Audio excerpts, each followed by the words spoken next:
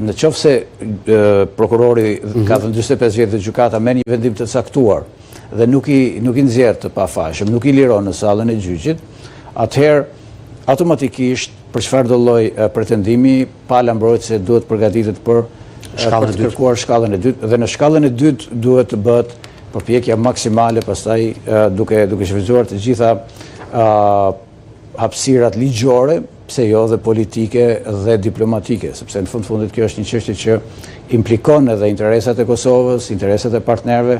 Ju e shikoni vetë se sa e përfshirë është Shqipëria në këtë çështje. Pra, nuk është e pakët që Shqipëria bën qëndrime, bën deklarata nga të gjitha krahët të politikës. Pra, kjo fatkeqësi themi një farë mënyrë ka unifikuar shqiptarët nga të gjitha anët dhe në vëmendje të kësaj. Po sa ndikojmë ne dhe ku e kemi ndikimin? Kur them ne si Shqipëri?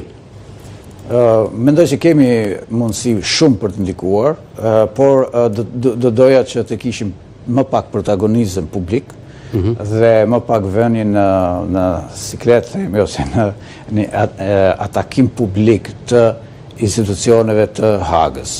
Sepse në fund të fundit, ata njerëz e kanë justifikimin dhe legitimitetin e tyre për të vepruar.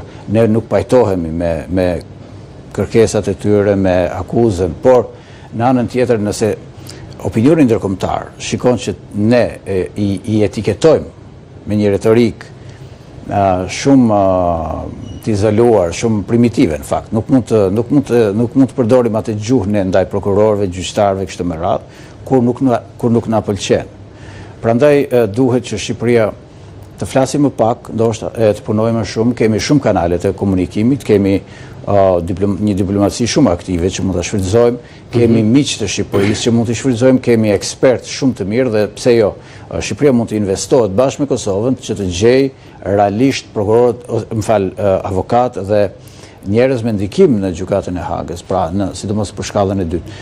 Ne mund të themi çdo gjë këtu, unë mund të them çdo gjë këtu për prokurorët e Hagës, ne të dy mund t'i akuzojmë çfarë të duam, mund t'ju themi edhe gjëra personale, por a e lehtëson kjo barën? Nuk e lehtëson, sepse ka një deklaratë siç ishte ajo e kryeministrit Rama, kur e ishte paralele me atë që po ndodh me 4 ish drejtues të UÇK-s në Hagë dhe shkonte deri aty, sa thonte atëherë meqense ka nisur me këtë rrugë 180 vite burg, siç ka kërkuar prokuroria, të arrestojmë edhe Bill Clintonin, edhe Tony Blairin, edhe gjithë ish kryeministrat e vendeve që miratuan bombardimin e Serbisë dhe sollën edhe çlimin e Kosovës. Këto si ndikojnë ndërkombëtarisht? Unë ndoqa fjalën e zotit Rama dhe të presidentes Kosovës dhe disa tjerëve. Dhe në thelbin e vetë, të gjitha këto të marrë së bashku paraqesin një lloj dëshpërimi, një lloj disfate, pra ishte një parathënie, një disfate. Dhe jo paralajmërimi një fuqie që ne mund të ndikojmë dhe të ndërmarrim atje. Ndërtimi i paraleleve të tilla është metaforë politike shumë e mirë, mund të jetë shumë interesante për qytetarët.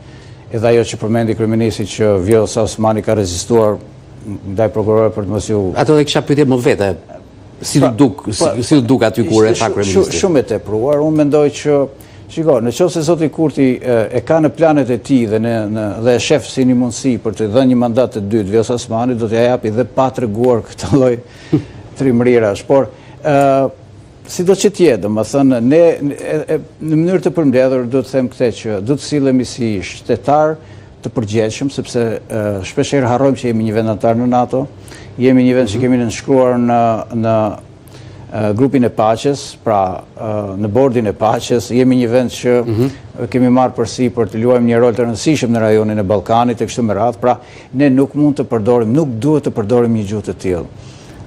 Sidomos kur adresohesh si drejtues shteti, si ministër, kryeministër, president apo kështu me radhë. Tjetër është kur je në një forum partie dhe bën batutën në Këshillin Kombëtar, si quhet Këshilli i Përgjithshëm apo çfarë janë këto forumet partijake, ose në një fushat caktuar politik, ose në një debat në studio.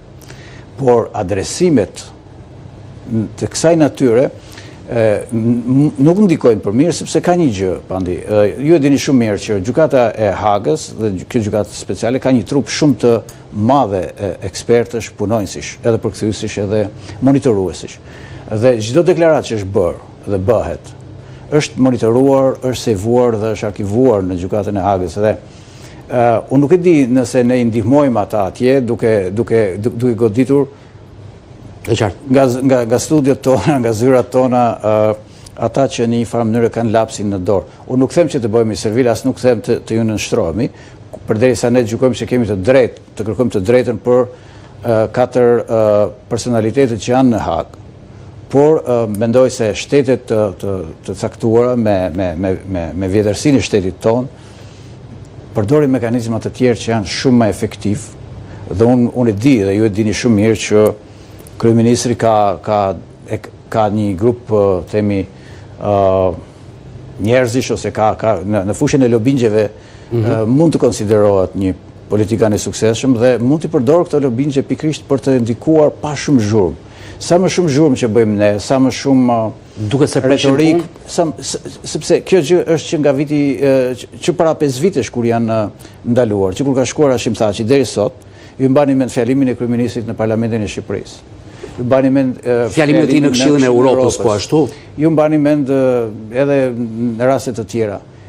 A më thoni sa ka qenë produktiviteti përkundrazi? Ne ata po dënohen me 45 vite, siç i thatë edhe ju.